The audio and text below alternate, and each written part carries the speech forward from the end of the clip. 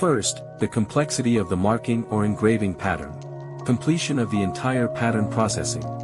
The greater the total number of laser pulses required, the more laser pulses needed, the longer the time required. Second, laser's power. The greater the power of the laser. That is, the higher the energy of individual laser pulses, the processing efficiency is faster. Third, the effect of the workpiece on the laser absorption rate. The higher the absorption rate, the faster the efficiency. For example, pure copper with a wavelength of 1064 nanometers laser. The absorption rate is only 4%. While CO2 lasers hardly react with metals. So, it's important to choose the appropriate light source. Fourth, the depth and scope of processing. The deeper the depth or the larger the range, the processing efficiency is lower. Fifth, the precision of the processing result.